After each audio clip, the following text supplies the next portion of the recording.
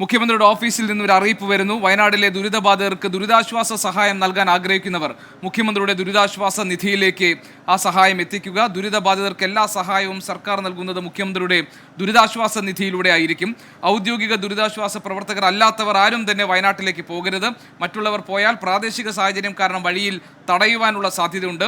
എന്തെങ്കിലും സാഹചര്യത്തിൽ ദുരിതാശ്വാസ സഹായമായി വസ്തുക്കൾ വാങ്ങിയവർ അതാത് ജില്ലയിലെ കളക്ടറേറ്റിൽ 1077 എന്ന നമ്പറിൽ ബന്ധപ്പെട്ട് അറിയിക്കുക. ജില്ലാ കളക്ടറേറ്റിൽ ഇവ ശേഖരിക്കാനുള്ള സംവിധാനം ഒരുക്കും. പഴയ വസ്തുക്കൾ എത്തിക്കരുത്, അവ സ്വീകരിക്കില്ല.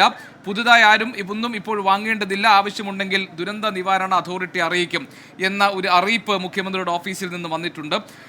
ചൂരൽമലയിൽ നിന്ന് എസ് വിജയകുമാർ നമ്മളോടൊപ്പം തുടരുകയാണ്. ഇപ്പോഴും ദുരന്ത മേഖലയിൽ ദൗത്യസേന നടത്തുന്ന രക്ഷാദൗത്യത്തിൻ്റെ ദൃശ്യങ്ങൾ നമുക്ക് കാണാം. ഏറ്റവും പുതിയ വിവരങ്ങൾ എന്താണെന്ന് നോക്കാം. അതിനിടെ പലരും ഉറ്റവരെ സുഹൃത്തുക്കളെ കാണാനില്ല എന്ന് പറഞ്ഞുള്ള സന്ദേശങ്ങൾ അയക്കുന്നുണ്ട്. ഇപ്പോൾ ലഭിച്ചിരിക്കുന്ന ഒരു സന്ദേശം MC ശ്രീനിവാസൻ 70 വയസ്സ് കാണാനില്ല എന്ന അദ്ദേഹത്തിൻ്റെ ഭാര്യ ഇപ്പോൾ ആശുപത്രിയിൽ ചികിത്സയിലാണ്. അതോടൊപ്പം തന്നെ ശ്രീലേഷ് S 29 വയസ്സ്, ഈ രണ്ടുപേരെ കുറിച്ചുമുള്ള വിവരം കിട്ടിയിട്ടില്ല എന്നതാണ്. അവരുടെ ദൃശ്യങ്ങൾ അല്പസമയത്തിനകം അവരുടെ ചിത്രങ്ങൾ നമുക്ക് കാണിക്കാൻ കഴിയും.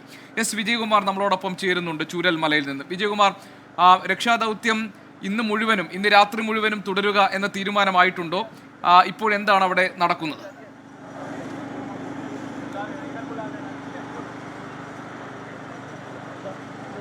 പരമാവധി സമയം ഈ ദൗത്യം തുടരുക എന്നതാണ് ഇന്നത്തെ തീരുമാനം. ഇതിൽ ഇപ്പോൾ നമ്മൾ കാണുന്നത്, നേരത്തെ ഈ മുണ്ടക്കൈ മേഖലയിൽ മരിച്ച എന്ന് വെച്ചാൽ അവിടെ പോയി കണ്ട ആളുകൾ അവിടെ മൃതദേഹം ധാരാളമുണ്ട് എന്ന് പറഞ്ഞിരുന്നുവല്ലോ. എന്ന് വെച്ചാൽ അവിടെ അവർ ഒരു സ്ഥലത്ത് ആ മൃതദേഹം അവിടെ കുന്നുകൂടി കിടക്കുന്നു എന്നാണ് അവർ പറഞ്ഞത്. നമുക്ക് ആ വാക്കൊക്കെ ഉപയോഗിക്കുന്നതിൽ അങ്ങേയറ്റത്തെ വലിയ വിഷമവും സങ്കടവുമുണ്ട്. പക്ഷേ ആ ദൗത്യത്തിൽ പങ്കെടുത്തവർ പറഞ്ഞത് അത് കുന്നുകൂടി കിടക്കുന്നു എന്നാണ് പറഞ്ഞത്. അങ്ങനെ അവർ കണ്ടെത്തിയ ഭാഗങ്ങളിലേക്ക് പിന്നീട് തെരച്ചിലിന് പോയ ദൗത്യ സംഘാംഗങ്ങൾ അവരാണ് അവിടെ നിന്നും അതൊക്കെ ഇപ്പോൾ ഈ ഭാഗത്തേക്ക് കൊണ്ടുവരുന്നത്. അങ്ങ് ദൂരെ ഒരു വാഹനം വരുന്നതിൻ്റെ വെളിച്ചം കാണാം എന്ന് ഞാൻ കരുതുന്നു. ആ വാഹനത്തിൽ ആ ഭാഗത്തേക്ക് പോയവരാണ്.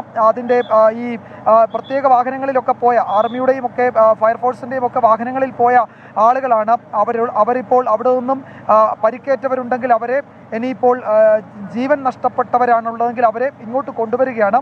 ആ ദൃശ്യങ്ങളിൽ ഇപ്പോഴും കാണാം ഒരു മൃതദേഹം, ഒരു ചലനമറ്റ ശരീരം ആ റോപ്വേയിലൂടെ ഈ നമ്മൾ നിൽക്കുന്ന ഭാഗത്തേക്ക് കൊണ്ടുവരുന്നത്.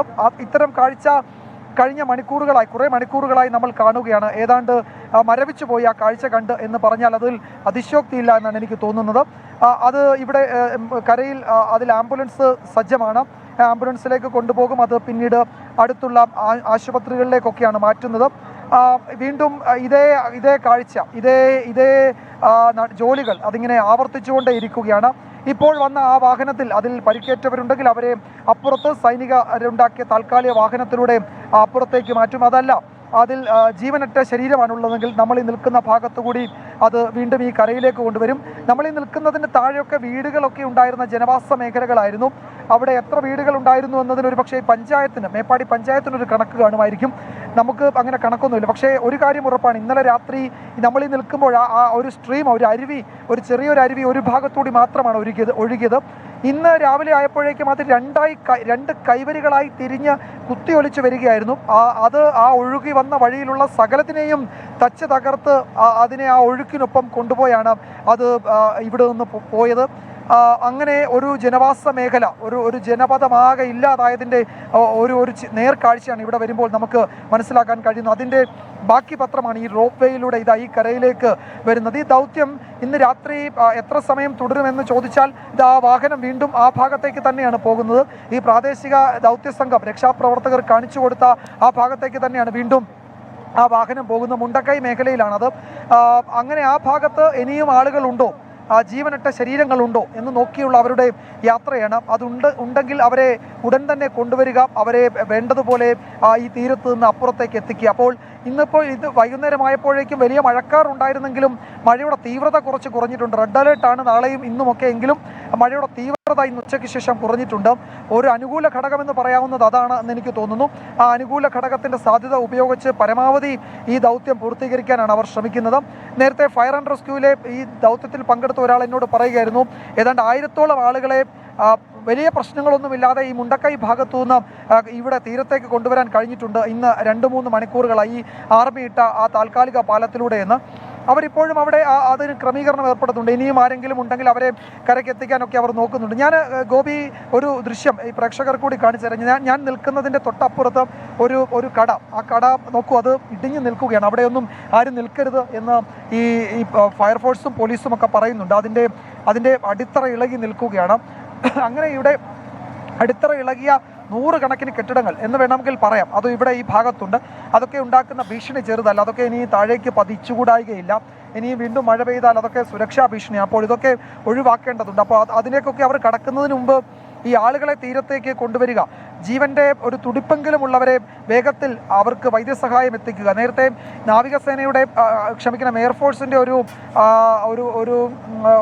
ഹെലികോപ്റ്റർ ഇവിടെ വന്നിരുന്നു.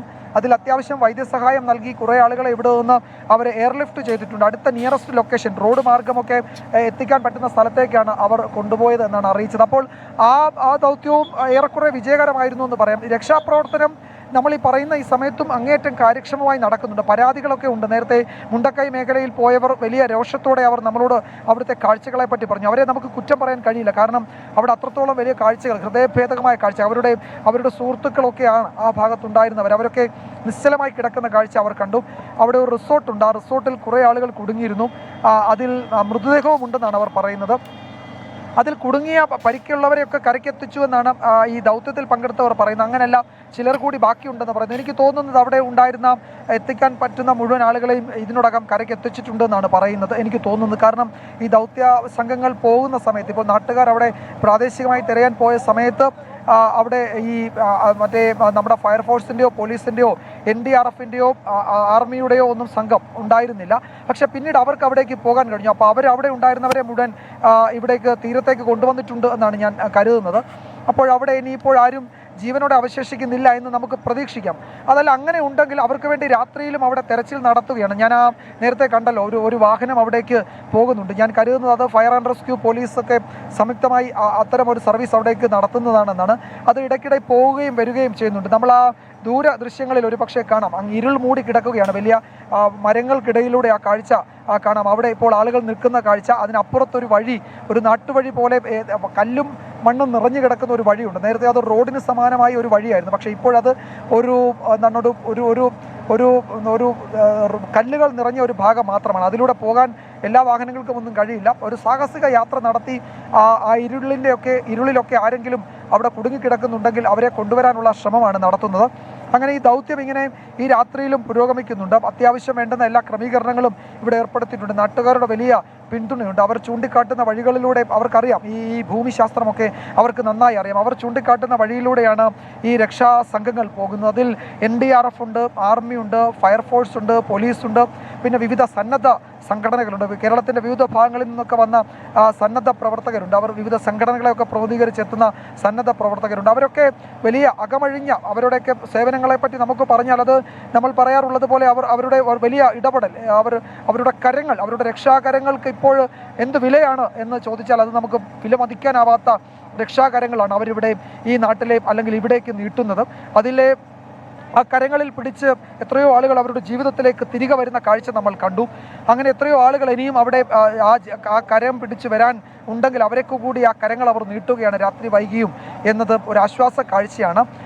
അങ്ങനെ പറയുമ്പോഴും ഈ മരണസംഖ്യ കൂടുന്നു എന്നത് നമ്മളെ സംബന്ധിച്ച് വലിയ അങ്ങേയറ്റം ഹൃദയഭാരമുണ്ടാക്കുന്ന വിവരമാണ്. ആ മുണ്ടക്കൈ മേഖലയിൽ നിന്നൊക്കെ ഇവിടേക്ക് കൊണ്ടുവരുന്ന ജീവനില്ലാത്ത ശരീരങ്ങൾ അതൊക്കെ ഈ മരണനിരക്കിനെ വീണ്ടും മരണസംഖ്യ ഉയർത്തുകയാണ്. അപ്പോൾ കേരളം ഇതുവരെ കാണാത്ത, കേരളം അതിൻ്റെ ചരിത്രം ഇതുവരെ നേരിടാത്ത ഒരു ദുരന്ത മുഖത്തുകൂടിയാണ് നമ്മൾ കടന്നു പോകുന്നത്. നമ്മൾ ഇതുവരെ അനുഭവിച്ച ദുരന്തങ്ങളുടെ നമുക്ക് സമ്മാനിച്ച വേദനകളൊന്നുമല്ല. ഇതാണ് ആ വേദന എന്ന് നമ്മളെ ആഴത്തിൽ മനസ്സിലാക്കുകയാണ് ഇവിടുത്തെ ആ കാഴ്ചകൾ. അങ്ങേയറ്റം ഹൃദയഭാരമുണ്ടാക്കുന്ന നമ്മുടെ ശരീരത്തിൽ വലിയ മനസ്സിൽ ആഴത്തിൽ മുറിവുണ്ടാക്കുന്ന കാഴ്ചകളാണ് ഈ ദുരന്ത ഭൂമിയിൽ വരുമ്പോൾ ഏതൊരാൾക്കും കാണാൻ കഴിയുന്നത്. പോലീസൊക്കെ വളരെ ദൂരെ തന്നെ ആളുകളെ നിയന്ത്രിക്കുന്നുണ്ട്. ഇവിടേക്ക് അനാവശ്യമായി എന്ന് വെച്ചാൽ ഇവിടേക്ക് നിങ്ങൾ ദൗത്യത്തിൽ പങ്കെടുക്കാൻ പരിചയസമ്പന്നരല്ലാത്ത ആളുകൾ ഇവിടേക്ക് വരരുതെന്ന് പറയുന്നുണ്ട്. നമ്മൾ മാധ്യമപ്രവർത്തകരെ തന്നെയും അവർ വളരെ നിയന്ത്രിച്ച് തന്നെയാണ് ഇവിടേക്ക് കടത്തിവിടുന്നത്. ദുരന്തമുഖത്ത് എങ്ങനെ ഇടപെടണം എന്നത് നമ്മൾ ഇവിടുന്ന് മനസ്സിലാകുന്നുണ്ട്. നാട്ടുകാരുടെ വലിയ പിന്തുണ ഈ ദൗത്യ സംഘത്തിൻ്റെ മുൻനിരയിലുള്ള പോരാളികൾക്ക് ലഭിക്കുന്നുണ്ട്.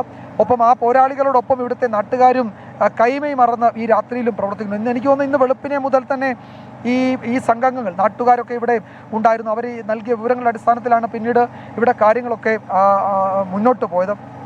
ഇപ്പോഴും അതങ്ങനെ തന്നെ പുരോഗമിക്കുകയാണ്. അപ്പോഴാണ് ഞാൻ നേരത്തെ പറഞ്ഞതുപോലെ 1000-ലധികം ആളുകളെ ജീവനോടെ കാര്യമായ പ്രശ്നങ്ങളൊന്നുമില്ലാതെ നേരത്തെ ഈ ആർമിയുടെ ആ താൽക്കാലിക പാലത്തിലൂടെ കരയിലേക്ക് ജീവിതത്തിൻ്റെയും മറുകരയിലേക്ക് കൊണ്ടുവരാൻ കഴിഞ്ഞു എന്നതിൻ്റെ ഒരു ആശ്വാസം അത് നമുക്ക് ഇവിടെ കാണാൻ കഴിയുന്നുണ്ട്. അവരൊക്കെ വലിയ വലിയ ആശങ്കയുടെ മുൾമുനയിൽ നിൽക്കുകയായിരുന്നു. അവരെയൊക്കെ ജീവിതത്തിലേക്ക് തിരികെ കൊണ്ടുവരാൻ കഴിഞ്ഞു എന്നതൊരു വലിയ ആശ്വാസം തന്നെയാണ്. അപ്പോഴും അങ്ങ് അക്കരെ നമ്മൾ വീണ്ടും നിശ്ചലമായ ശരീരം ഇവിടേക്ക് കൊണ്ടുവരുന്നത് അത്തരം കാഴ്ചകൾ കാണുന്നുണ്ട്.